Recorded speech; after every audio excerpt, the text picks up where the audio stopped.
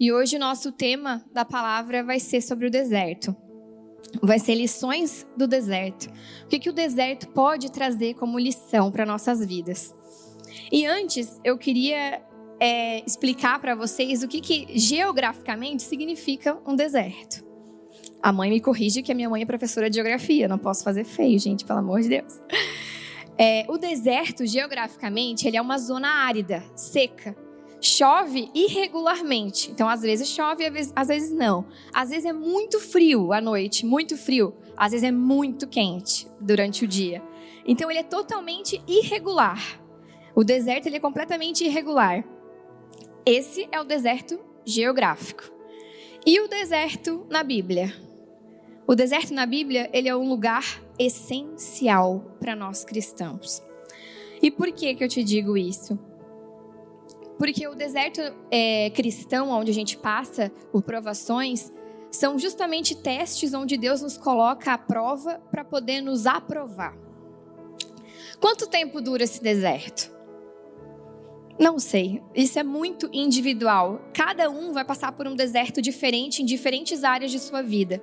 Alguns vão prolongar por mais tempos, outros não. Outros não vão prolongar tanto tempo. E isso tudo depende dos planos de Deus que cada um de nós temos, que é individual. Deus tem um plano individual para cada um de nós. Às vezes você está passando por um deserto financeiro, às vezes um deserto conjugal no seu casamento, às vezes um deserto familiar, às vezes você está em desentendimento com alguém da sua família. E um dos piores desertos, na minha opinião, e eu não sei se você já passou por isso, mas eu já, é o deserto espiritual. É quando parece que Deus se cala na nossa vida. Literalmente lembra aquela página em branco da Bíblia, quando Deus se calou por um tempo, um longo tempo. E esse deserto, ele nos coloca lá embaixo, lá no fundo do poço. E eu estava meditando na palavra essa semana e um devocional que eu fiz justamente fala sobre isso. Eu quero compartilhar com vocês só um trechinho. Experimentando a confusão espiritual, era o título do devocional. E um trechinho dizia assim: não se trata de certo ou errado, mas de Deus o conduzindo por um caminho que você temporariamente não compreende. E é só experimentando essa confusão espiritual que virá a compreender o que Deus quer de você. Você pensará que ele é um amigo insensível, mas lembre-se, ele não é. Quando parecer que Deus está completamente oculto, você agarrará com confiança nele? E é isso que o deserto espiritual nos faz. Ele faz com que a gente se agarre no invisível. A gente tenha que se agarrar no que é invisível, no que está oculto. E eu trouxe hoje uma passagem da Bíblia que fala sobre deserto. Então eu gostaria que você abrisse a sua Bíblia. Amém. Voltou a nossa glória a Deus. Amém, dona Juju. Em Deuteronômio 8, capítulo 8. Obrigada.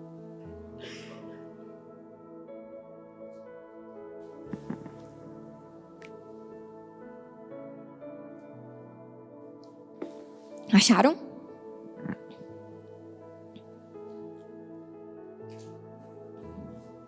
Do versículo 2, pode ser. Capítulo 8, versículo 2.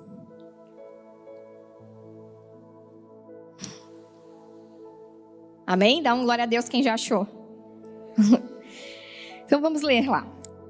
Lembrem-se de todo o caminho pelo qual o Senhor, seu Deus, os guiou no deserto durante estes 40 anos, para humilhar vocês, para pôr vocês à prova, para saber o que estava no coração de vocês, se guardariam ou não os seus mandamentos. Ele humilhou vocês, ele os deixou passar fome, ele os sustentou com maná, que vocês não conheciam e que nem os pais de vocês conheciam, para que vocês compreendessem que o ser humano não viverá só de pão, mas de tudo que procede da boca do Senhor.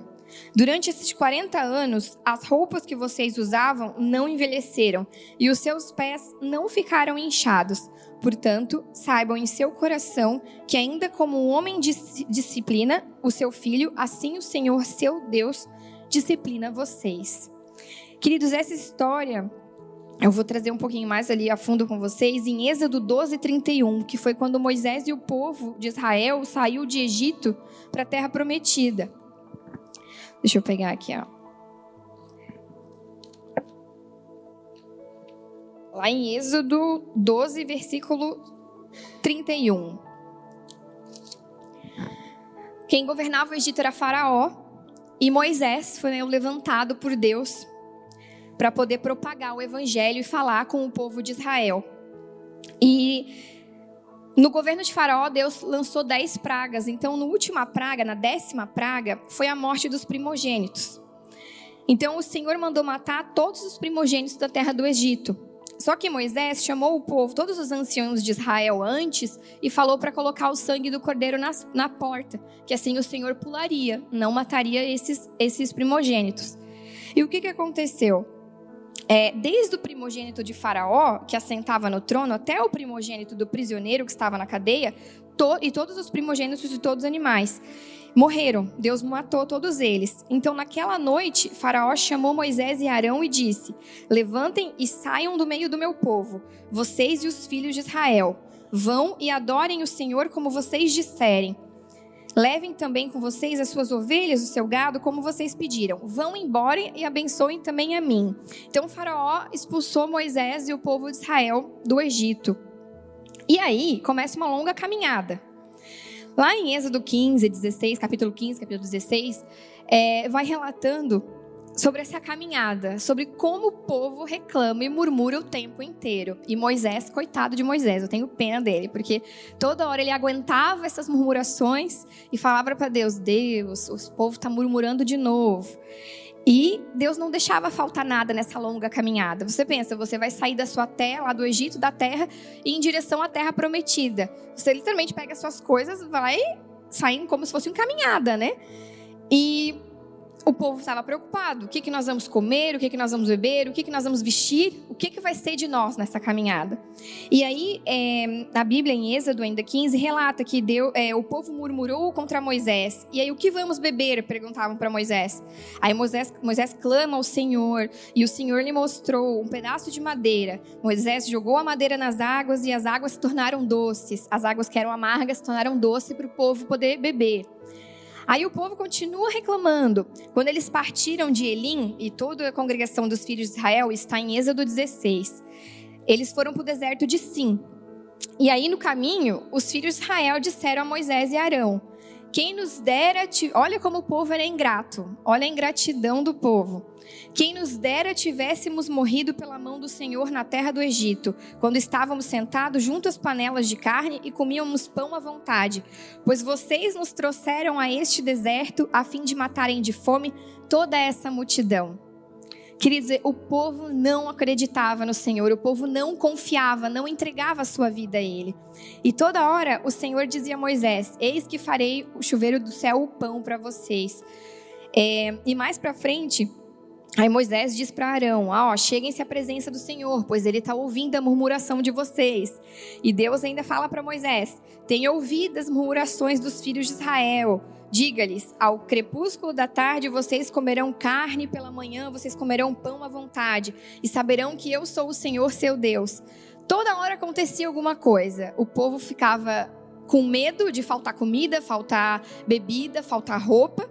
E eles perguntavam: tá, e aí? Da onde que vai sair isso? Da onde que vai sair? E falavam para Moisés, e Moisés falava para Deus. E eu fico pensando: meu Deus, o que Deus não pensava desse povo, né? Gente, calma, eu já falei, confiem em mim. Eu sou o Deus, eu vou prover. E o povo não confiava. E por isso que eles passaram mais tempo no deserto do que deveria, porque o caminho não era tão longo assim. E aí, o que esse texto, né, essa passagem de Moisés e o povo de Israel pelo deserto traz para nós? Algumas lições. Eu trouxe 5 lições do que o deserto cristão nos dá, do que essa passagem de Moisés nos dá como lição. E a primeira lição do deserto é você entender que o deserto ele não é um lugar difícil. Ele é um lugar difícil. Ele não é um lugar ruim. Ele vai ser um lugar difícil, mas não vai ser um lugar ruim. Ele é apenas uma estação onde Deus vai preparar você para o propósito dele. E é um lugar bem difícil, porque as portas começam a se fechar, tudo começa a ser... Parece que a gente vive no automático, tá tudo, vai assim, tá bom. A gente começa a ficar indiferente, até com as pessoas. E a gente começa a achar que ela é uma estação, que a gente está vivendo uma estação que não vai dar frutos. Mas muito pelo contrário, ela não é uma estação infrutífera. Ela vai dar frutos sim. Porque você, nesse processo do deserto, você vai encontrar o favor de Deus nos mínimos detalhes. E é por isso que a gente sempre tem que ficar atento nos mínimos detalhes. Porque às vezes Deus nos mostra através de alguém, através de um devocional, através de uma palavra, através de uma adoração, de um louvor ou através de uma oração. Então é por isso que uma condição importante e indispensável para navegar no deserto é manter os olhos fixos em Jesus. E principalmente a mente sensível ao Espírito Santo, porque a nossa mente, ela é muito perigosa. A nossa mente é muito perigosa. Então eu digo para vocês que uma das lições é um lugar difícil? Não é um lugar ruim. Então continue, não desvie e não se distraia. Por quê? Por que eu digo não se distraia? Porque a segunda lição que o deserto traz para nós é cuidado com os inimigos no deserto. Jesus foi levado à prova no deserto também. Mateus 4 conta essa história. E ele foi tentado pelo diabo várias vezes. Se Jesus foi tentado, quem dirá nós, né?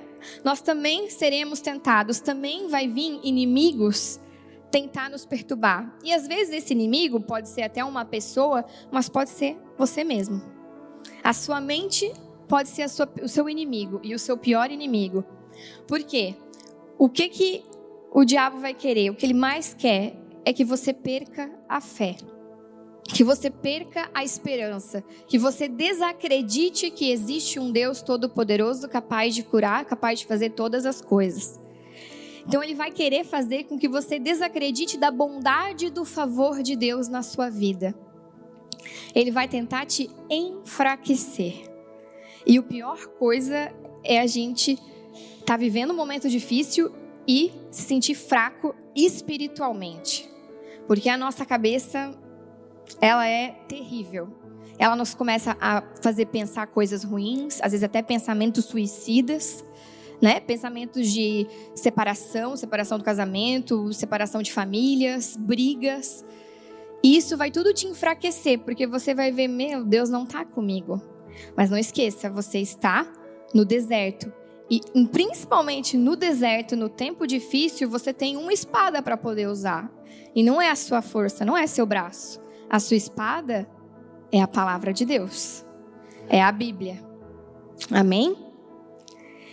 E aí no deserto, a gente tem uma terceira lição. Porque quando a gente começa a desacreditar de tudo isso, a gente começa a perder a fé, o inimigo tenta trabalhar e a gente fica triste. E uma da terceira lição do deserto é justamente isso. É quando Deus quer testar a nossa fé e o nosso caráter. Porque o nosso caráter é colocado em prova. Porque quando a gente está mal, quando o nosso coração está mal, está tudo indo mal, é que a gente revela quem a gente realmente é. É no dia mal que a gente vai revelar quem a gente é.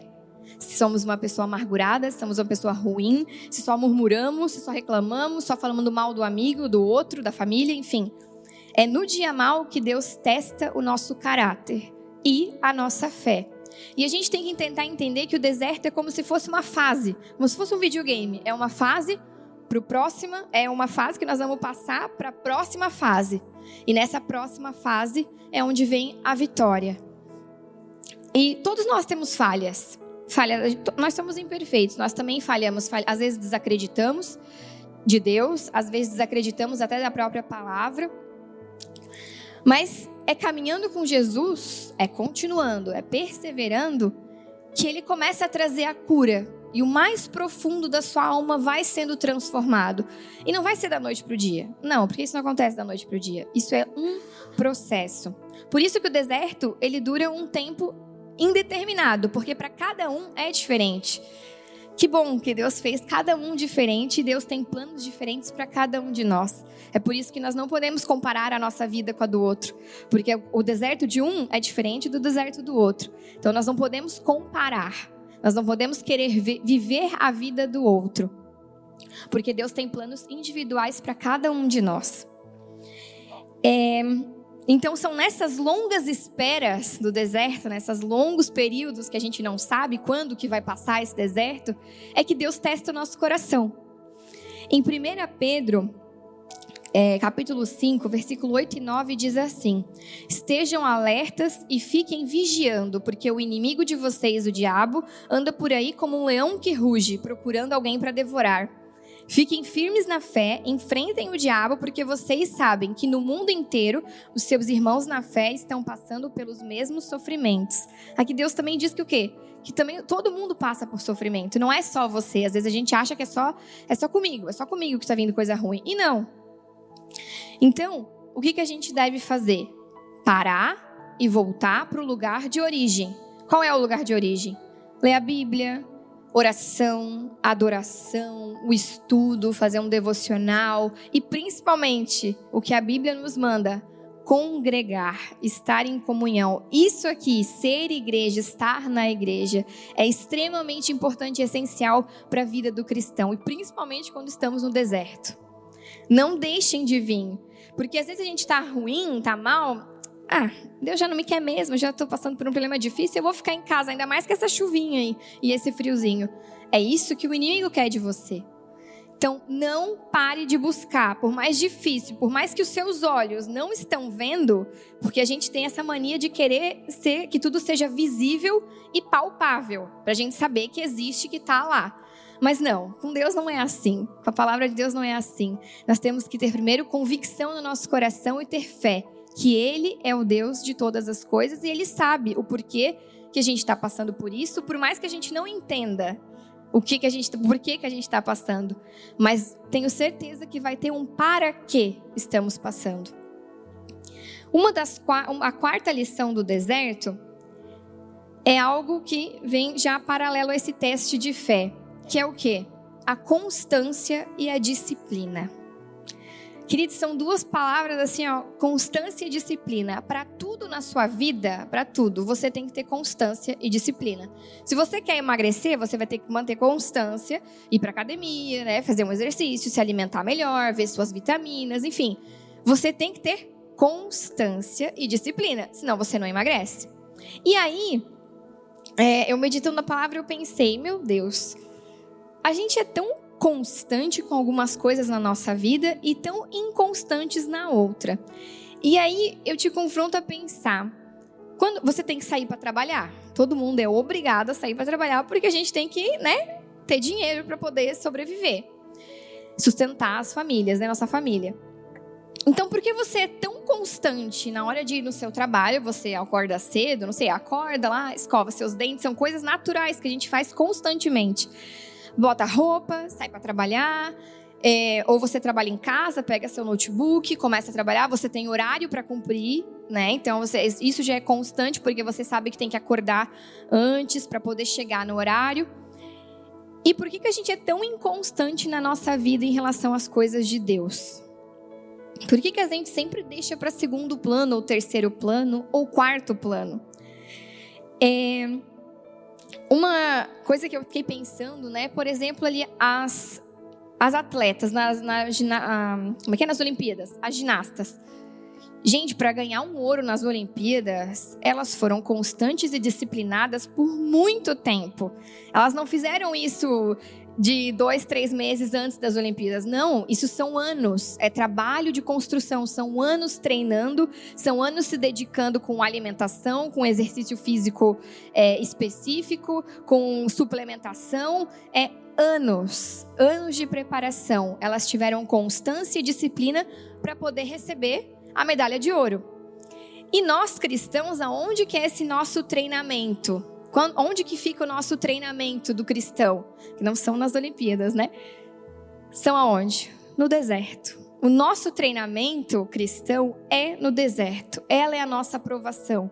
E é ali que nós temos que ser constantes e disciplinados. E para isso, você imagina, né? Voltando ali as meninas das Olimpíadas, as ginastas, elas renunciaram muita coisa na sua vida, muita coisa. Foi muita renúncia de tempo com a família, renúncia de algumas comidas, né? Enfim, como elas são ginastas, né? Elas têm que ter ali o shape, né? E nós cristãos também nós temos que renunciar. E a gente tem que ter vigilância constante para que nada ocorra na nossa vida que a gente possa causar vergonha a Deus. Você já parou para pensar nisso? Como a gente tem que ser vigilante em nós mesmos, porque às vezes nós tomamos atitudes que isso envergonha a Deus.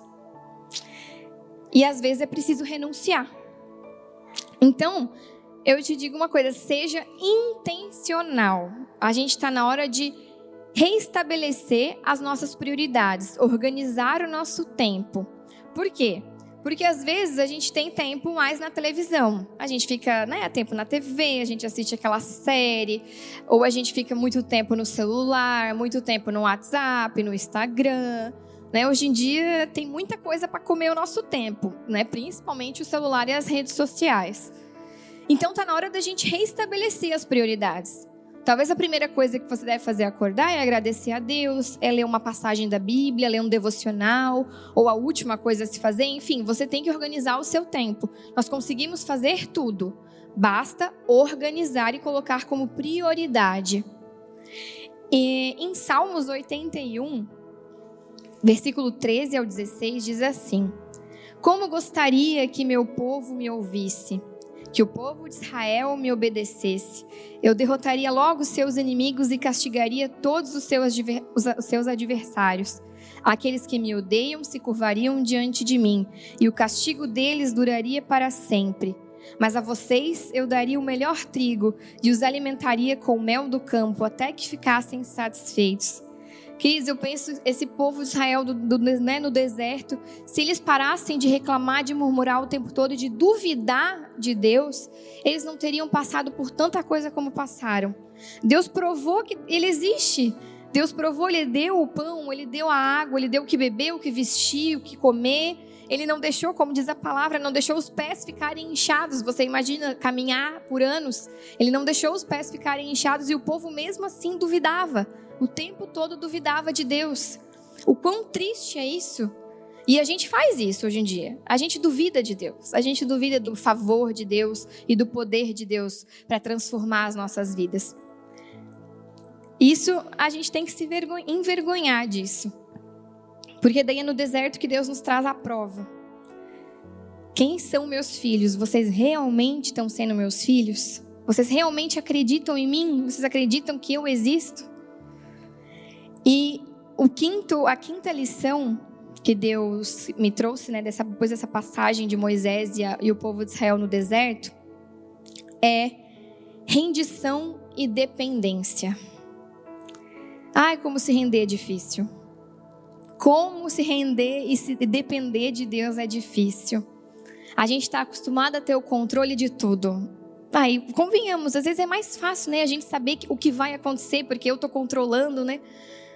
Mas como a gente é ingrato como filhos, porque na palavra ele falou, se a gente confiar nele, ele irá prover, como em Salmos 81 que eu li, né? A vocês eu daria o melhor trigo e os alimentaria com mel do campo, até vocês ficarem satisfeitos. Queridos, Deus tem promessa para nós, mas perder o controle é difícil. Entregar o controle é difícil. Por quê? Porque a gente entrega a Deus e a gente para de enxergar visualmente aos nossos olhos carnais. Porque daí é no mundo espiritual que Deus trabalha. E eu gostaria de falar para vocês que a gente às vezes acha que se render e entregar a vida a Deus é admitir ser fraco. Mas não é admitir ser fraco. É muito maior que isso. É ceder a total soberania de Deus. É você entender que Ele é soberano. O deserto ele pode durar mais tempo por conta da sua teimosia de querer estar na frente e deixar Deus para trás. Não sejamos teimosos. Deixamos Deus na frente. Deixa Ele te guiar. Você tem alguma decisão difícil? Ore, dobre os seus joelhos, vá orar, vá lá no secreto, leia a Bíblia, leia um devocional. Eu não sei vocês, mas quando eu vou às vezes preparar uma palavra e eu leio algum devocional, Deus fala muito comigo através do devocional, porque é muito certeiro, confirmando a palavra. Então esse é um jeito que Deus tem de falar comigo. Cada um tem um jeito diferente de Deus falar. E é tão lindo isso, porque Ele é Pai. Ele sabe como chegar em cada um de nós. Ele sabe definir como ficar, né? Às vezes tem gente que tem medo, tem gente que ouve a voz de Deus audível. Eu queria tanto isso, mas Deus fala comigo de um jeito único. Tem gente que vê, tem gente que escuta pessoas, né? Pessoas são usadas para trazer alguma coisa de Deus para sua vida. Às vezes tem pessoas que são na oração, nos joelhos dobrados que Deus fala com elas. Às vezes é no estudo, lendo a Bíblia. Então é tão lindo como Deus, Ele é um Pai e cada filho, cada um de nós é único. Então nesse tempo de deserto, se renda. Deixe o controle com Deus. E principalmente, algo que a gente não faz, nós ainda temos algo muito difícil a se fazer, que é amolecer o nosso coração. Nossos corações são muito duros, são muito frios. Porque a gente às vezes não quer acreditar. Às vezes a gente não quer acreditar que Deus vai melhorar a situação, mas tudo no tempo dele. Em Isaías 41, 13, até gostaria de chamar a equipe de louvor também. Já estou encaminhando para o final. Isaías 41, 13 diz assim: porque eu, o Senhor, seu Deus, o tomo pela mão direita e lhe digo, não tenha medo, pois eu o ajudarei. Deus vai te ajudar. Deus vai te ajudar, pode ter certeza disso. Mas fique firme, não se desvie. Volte os seus olhos para a origem, volte os seus olhos para a palavra. Venha fazer a nossa escola bíblica, se enturme na igreja, venha fazer comunhão, congregar. É tão importante isso, queridos. E principalmente nós sermos constantes. Seja constante em todas as áreas da sua vida. Seja constante na igreja, seja constante no seu devocional, na sua leitura da Bíblia, nas suas orações, nos seus dízimos e ofertas. Seja constante, seja fiel. Seja fiel porque Deus tem palavra, tem promessa para as nossas vidas. Ele vai prover. Gostaria que vocês se colocassem de pé. E se puder apagar as luzes ali, Bruno, por favor.